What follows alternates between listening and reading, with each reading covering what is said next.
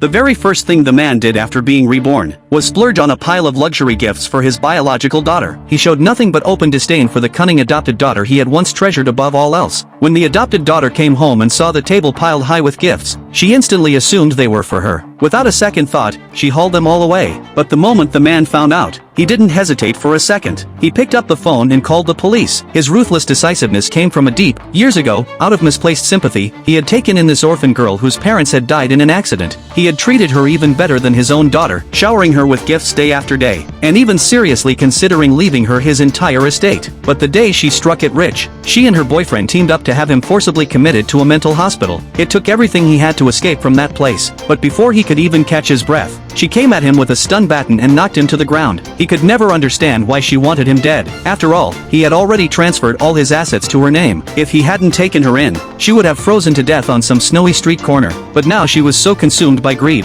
that there wasn't a shred of mercy left in her. She ordered her people to drag him into an operating room and inject him with some unknown substance. At the very last second, the daughter he had always overlooked, Anna, knocked a nurse unconscious with a single blow, slung her barely breathing father onto her back, and staggered out into the night. But he was already on the verge of death. Looking at his thoughtful, selfless daughter, regret tore at his heart. He swore over and over in his mind, if there was a next life, he would make it up to Anna no matter what. And then, to his shock, when he opened his eyes again, he was back 3 years in the past. Just then, his mother-in-law came downstairs with the adopted daughter, smiling warmly as she said, "At your birthday banquet tomorrow, we'll officially announce her as your heir." The man's eyes lingered on the girl's deceptively sweet face, and he made a solemn vow to himself. This time, this ungrateful little viper will pay for what she's done. Then he went to Anna's room and found the housekeeper secretly doing her laundry. The woman explained hurriedly that Anna had to clean the house and cook for the whole family, and she just couldn't stand to see the girl work herself to the bone. When the man checked the closet, his heart sank. All he saw were a few thin, worn-out shirts bleached nearly white from overwashing. For the first time, he truly saw how miserably his daughter had been living all these years. A wave of guilt washed over him. He told the housekeeper to buy Anna proper clothes immediately, and vowed to treat her the way she deserved from now on. That evening, the adopted daughter came home and spotted a table covered in luxury items. Of course, she assumed they were hers. The housekeeper quietly told her they were for Anna. Her face darkened instantly. She slapped the housekeeper across the face. But when the man got home, he immediately noticed the red handprint on the housekeeper's cheek. After hearing the whole story, the last trace of hesitation vanished from his eyes. He called the police on the spot.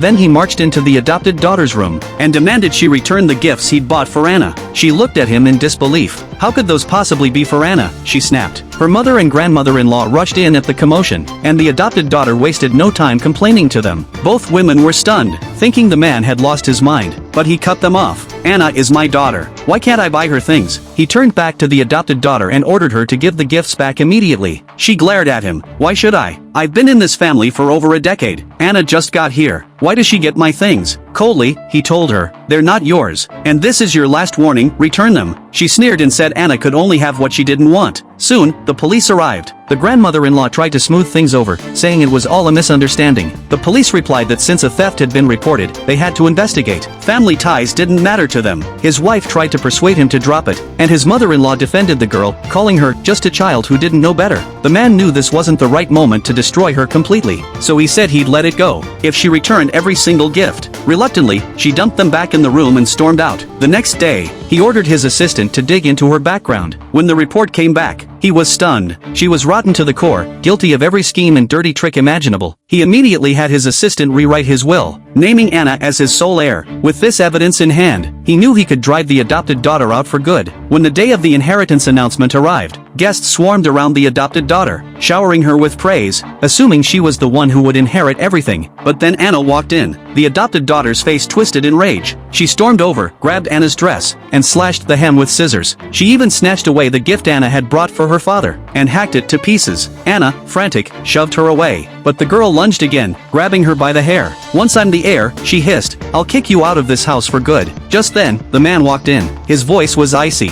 "My estate will never go to a venomous little snake like you." The entire room went silent in shock.